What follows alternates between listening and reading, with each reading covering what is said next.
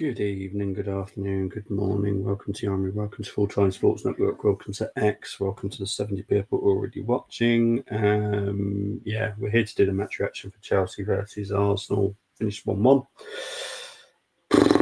Yeah, still wasn't a great performance that I still need from us, but we got a point. I suppose that's not even a positive for me, I'll be honest.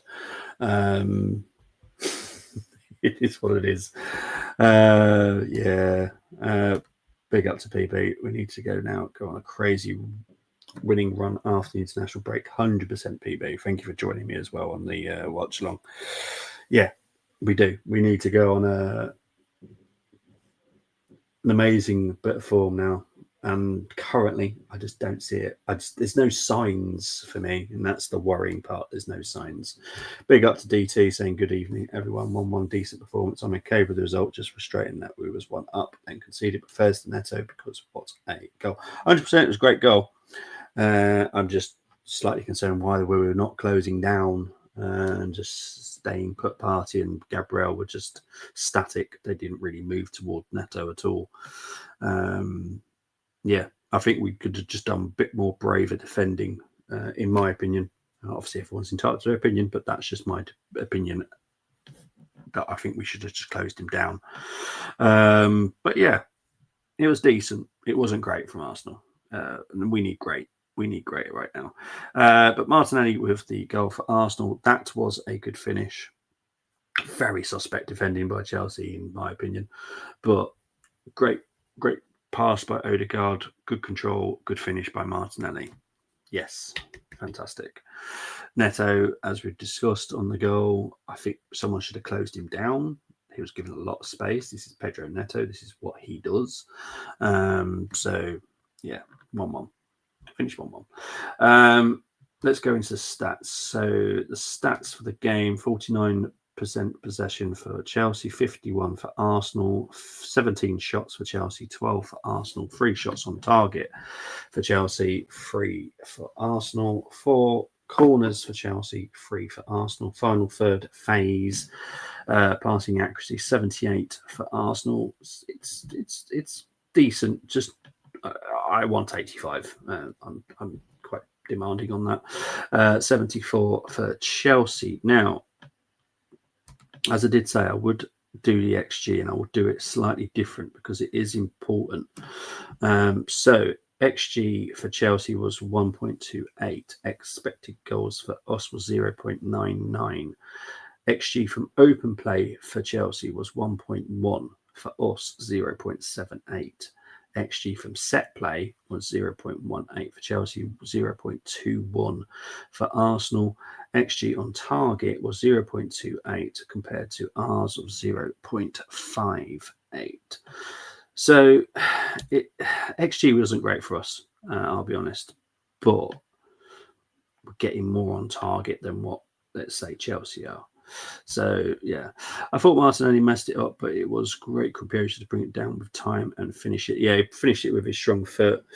I know some people are questioning the goalkeeper. I don't know what more the goalkeeper could really do, really. I know no goalkeepers should be beat by their near post, but to be fair to Sanchez, he pretty much had the whole goal to defend because the Chelsea players were totally out of position. They just set him up, to be fair. Let's get into the starting lineup chosen by Arteta. Raya, White, Saliba, Gabriel, Timber, Partey, Rice, Odegaard, Saka, Martinelli, and Havertz.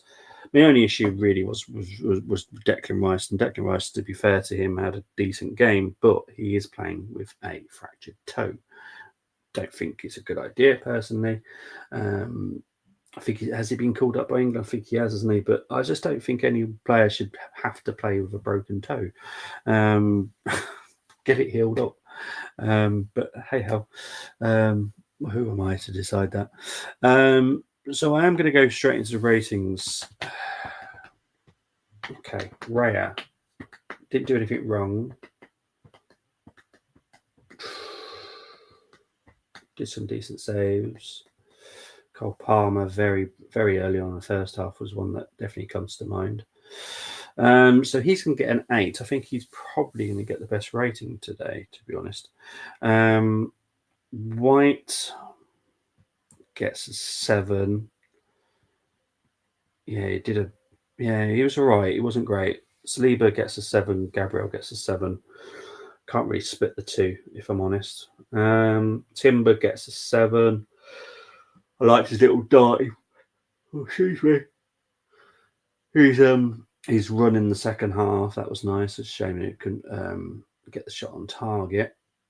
But yeah, Timber 7 up against Madueke first half, up against Neto in second half. Did well.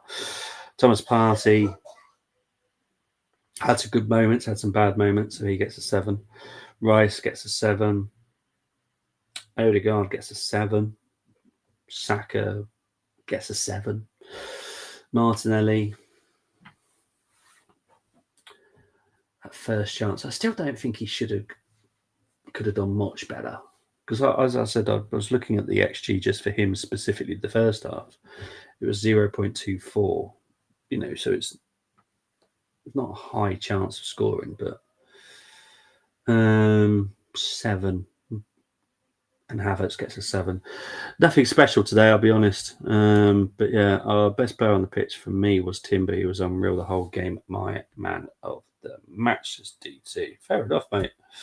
Fair enough. I'm quite harsh. You'll know this. I'm very harsh players.